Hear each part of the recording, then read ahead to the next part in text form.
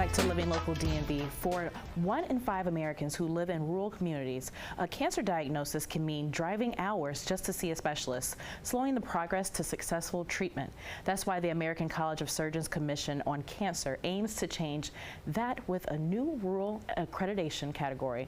Joining us on the show today to discuss what this means for rural hospitals and their patients, let's welcome Dr. Ronald Weigel. Dr. Weigel, thanks so much for your time and for your research and expertise on this very important topic.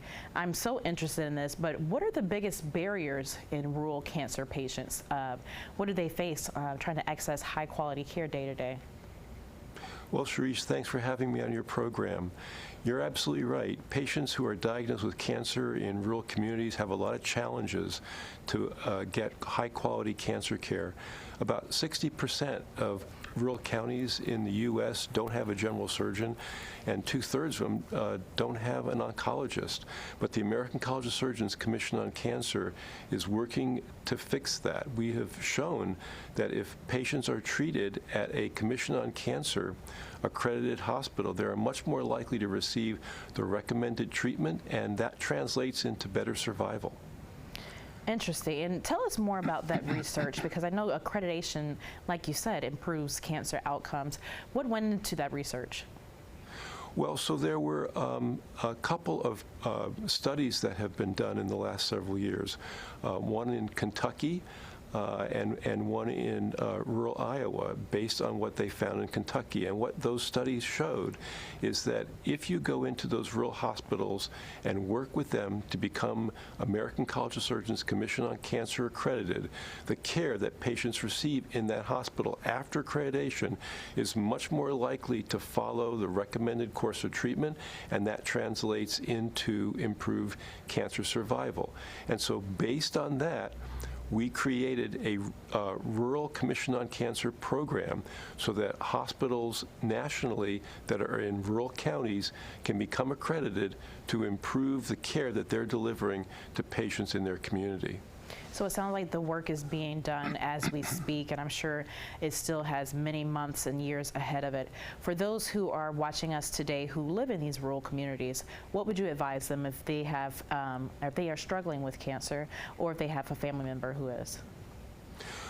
Well, yeah, it still remains a challenge, but what those patients can do is they can look up to find what are the American College of Surgeons Commission on Cancer accredited hospitals near them, and be able to go to those particular hospitals that have that degree of expertise and quality care. They can go to facs.org/rural-cancer, and there they can find a list of hospitals that are accredited, as well as a lot of other information about getting care in their rural community. Absolutely. And I also want to ask, Doctor, for those of us who do not live in rural communities, but everybody's been touched by cancer, unfortunately, in some way, shape, or form, but we have family members who live in rural communities. Is there anything we can do? Can we reach out to our legislators? Can we reach out to any of the leaders in our community to help?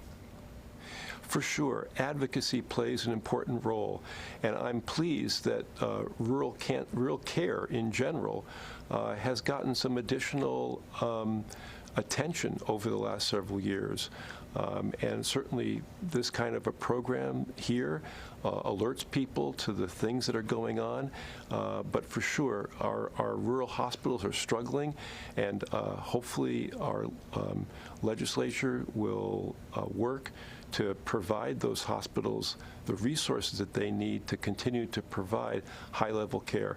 It's unfortunate that so many rural hospitals are closing because of those financial challenges, but I think programs like this that bring attention to that will help provide the motivation for advocacy to provide resources for those hospitals in rural communities. Absolutely. As you mentioned, advocacy is so important, and we are honored to have you here on the show today and spread the word to the greater Washington, D.C. area. Dr. Weigel, please give us more information. Again, we have the website on the screen, how people can get involved, how they can learn more and help their family members. Right. facs.org/rural-cancer.